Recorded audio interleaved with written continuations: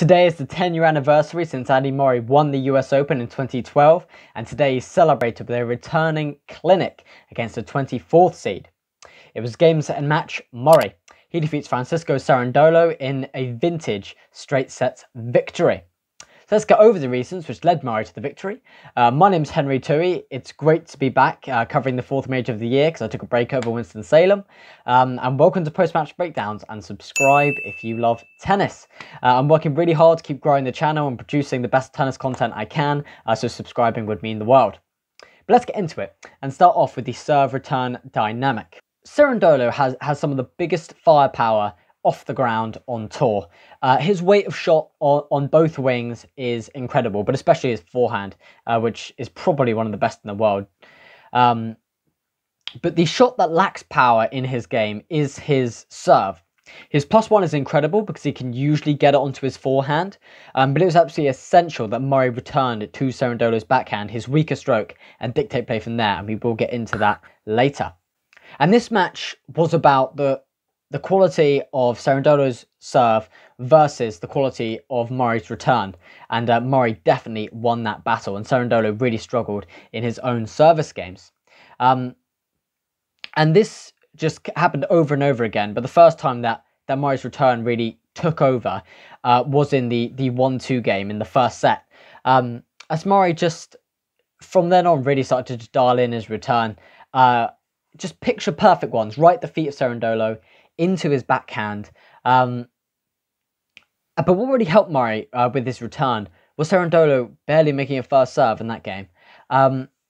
He needs to force the issue on his first serve sometimes to generate pace, because it is a pretty slow shot. And he was just missing them too much and giving Murray and his excellent return too many looks at second serves. But on Murray's serve, on the other hand, he got lots of free points and dictated play by really hitting his spots excellently, and also mixed in serve and volley because Cerundolo has a really deep return position. So Murray raced to a 5-3 lead in the first set, but played a very, very loose game to serve out the set. He missed an easy volley from 15 love up. He had the whole court to work with and just overplayed it. And from then on, there was just a hangover effect, really. He was so gutted about that point that he'd hit 3 errors in a row, and it was pretty bad. So Cerundolo did manage to get it back on the serve. And this was probably the best moment of the match. So it was back on serve at 4-5, and it was love 15 up for Murray. And this point was incredible, so I'll go through it. Murray approached the net and played a brilliant cross-court drop volley. And Cerundolo did an incredible run to get there, and it did appear that he made it in time. And the point played on, and Cerundolo eventually took it. It was an incredible point. But Murray refused to believe that Cerundolo had managed to get there and was convinced it was a double bounce.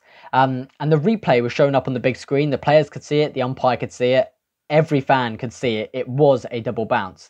But the umpires can't use video evidence as an official source to change their calls yet, which is ridiculous, and they should be able to, but they can't. But it was an incredible moment because the umpire could do nothing. It was going to be 15-all, but Cerundolo actually conceded the point because he knew he didn't make the ball, and it was just a lovely moment of sportsmanship to put himself in a love 30 hold. A love 30 hole. Just because it was the right thing to do, and that was a really, really nice moment in the match. So big props to Cerundolo, and he did eventually hold, which was very, very good.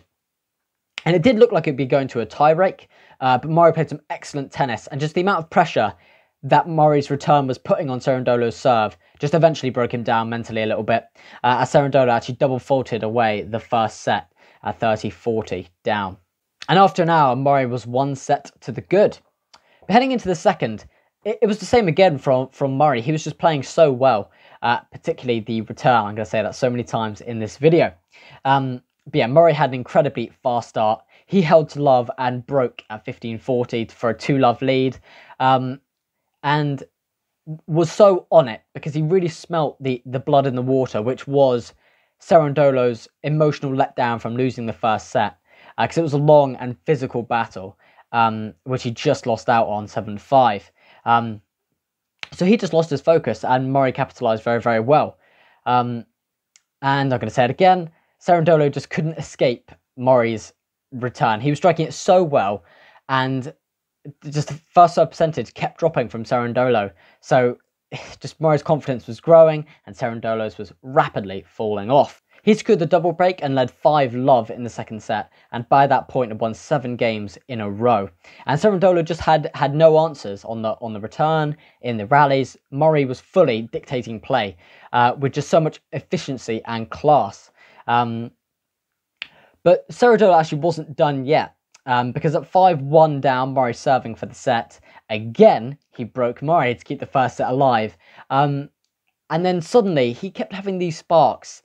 It happened many times. He broke Murray serving for the set in the first set, second set, and serving for the match in the third set. And each time, he seemed to have a little bit of a spark of inspiration and play his best tennis, just play with the freedom that he was kind of lacking. Because he hit 3 exceptional backhand winners.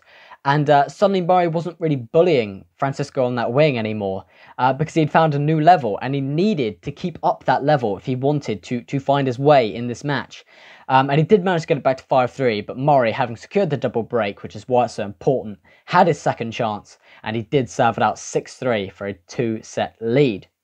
Now heading into the third set, that raised level from Cerundolo dropped off again into the third, and the wind just firmly went from his sails, and the Murray train kept on rolling. But Murray's level never really fluctuated. It was just that Cerundolo just couldn't find the answers when he needed it most. And Murray immediately broke in the third and was just playing so well, as he had done in all the other sets. And what was quite impressive as well was that he hadn't physically broken down at all. And by the end of the match, he hadn't either. It was over 2 hours, 40 minutes in the end. But it definitely was a concern going into this match, because in Cincinnati, Murray really struggled with cramps against Wawrinka and really seriously against Norrie. But he definitely seemed more prepared in this event, more acclimatized, because the conditions were extremely humid, making it very likely to cramp. But he held up very, very well. And he secured a double break again in the third set, which was important again coming up. Because serving for the match, Cerundolo showed his grit again, and he raised his level, started playing well, even though the sun was definitely affecting Murray there. It was really in his eyes on that end of the court. And he broke Murray serving for the match, but he still trailed a break. So if Cerundolo held serve, then Murray would have another chance. That was only if Cerundolo held serve, and he didn't, because Murray broke to take the third set and the match 7-5, 6-3, 6-3. It was a brilliant victory for Murray against a younger opponent with huge weapons, and he just completely took this match out of Cerundolo's hands by playing so well. And he now advances into the second round, where he either faces the qualifier, Emilio Nava, I think that's how you say it, or John Millman. And he needs to rest and recover, and he should have time, and he should be able to overcome either one of those players, especially if he plays as composed and tactically as he did today. And I didn't really mention it, but he also served very, very well today. Just all round, his game was very, very effective, but the big key of this match was the return, which is why I focused in on it. But that was my analysis. A lot of work goes into these videos, doing the notes and watching the matches, so subscribing would mean the world. But thanks for watching, guys, and have a great one.